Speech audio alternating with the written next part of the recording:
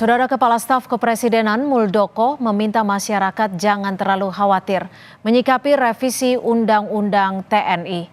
Muldoko bilang TNI sudah melakukan reformasi internal, di antaranya soal struktur sehingga mantan Panglima itu menjamin sudah tidak ada lagi duifungsi TNI. Sementara soal kemungkinan TNI boleh berbisnis jika dimasukkan dalam revisi undang-undang, Muldoko berpendapat dirinya pribadi tidak setuju TNI berbisnis karena semestinya berfokus pada profesionalitas tugas utama. Reformasi internal TNI itu ada 3 ya. 1, struktur.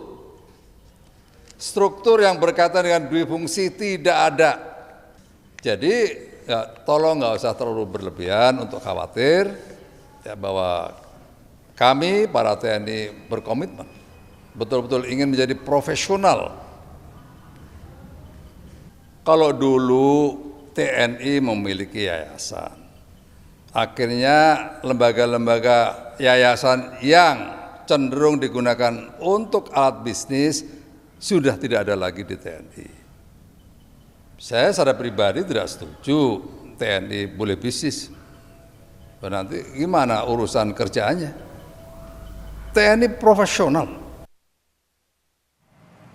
Anggota Komisi 1 DPR RI fraksi Partai Golkar, Dev Laksono menilai usulan penghapusan pasal terkait larangan prajurit aktif TNI berbisnis harus dikaji secara mendalam.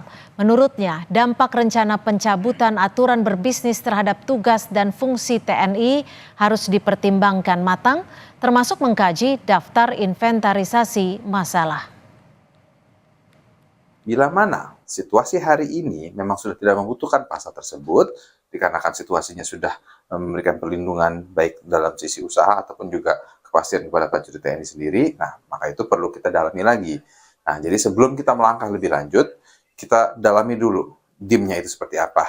Kalau perlu kita buat diskusi khusus kah, atau buat pembahasan khusus, atau dilengkapi juga dengan naskah akademik di mana memastikan bahwa dengan mengizinkan prajurit TNI untuk berbisnis itu tidak akan ada dampak-dampak negatif kepada tugas-tugas mereka menjalankan fungsinya dalam menjaga kedaulatan negara.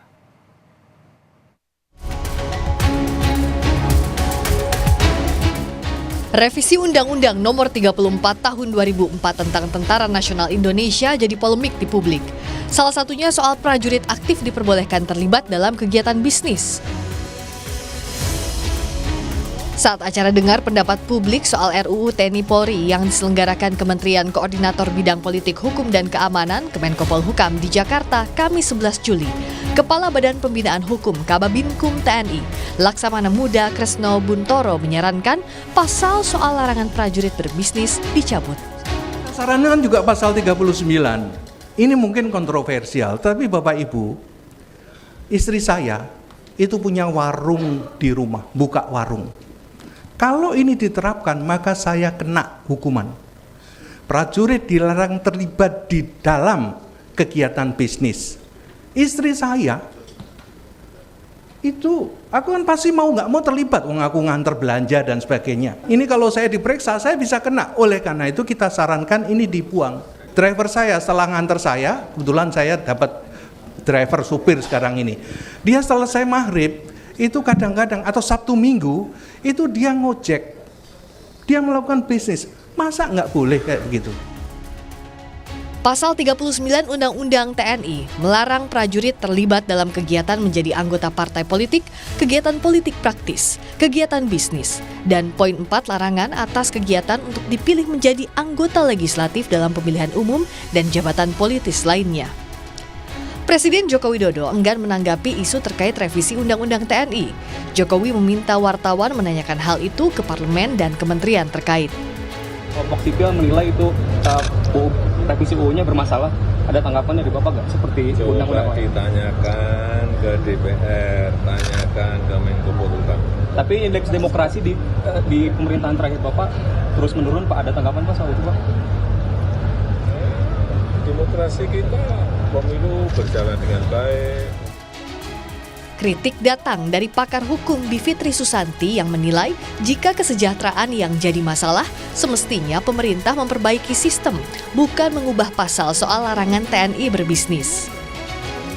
Nah, jadi kalau memang ada masalah kesejahteraan, berarti adalah tugas negara untuk memperbaiki sistem di TNI sendiri, bagaimana caranya supaya kesejahteraannya membaik.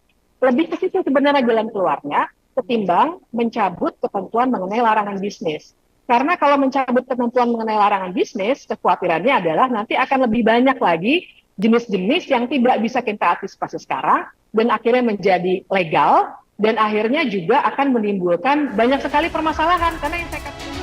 Namun mantan Kepala Badan Intelijen Strategi Soleman Ponto menilai jika kesejahteraan TNI belum bisa dinaikkan dengan sepantasnya, tak ada salahnya mencabut ketentuan soal larangan TNI berbisnis. Nanya, jadi kalau memang itu masih dipertahankan, ya membuat orang ini penuh itu tahanan militer, karena Aspam akan nangkap terus. Dan itu bukan jalan yang benar, lama-lama berontak mereka. Ya contohnya apa yang terjadi di kasus Asabri, kan sama aja. Kalaupun ada penyelewengan, ya dihukum. Oke. Nah, sekarang tinggal diatur. Jadi begini, sekarang kita tinggal atur.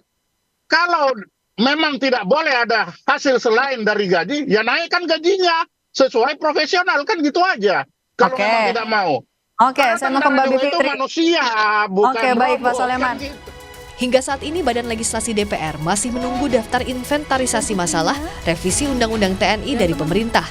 Revisi Undang-Undang TNI menjadi inisiatif DPR. Tim Liputan Kompas TV.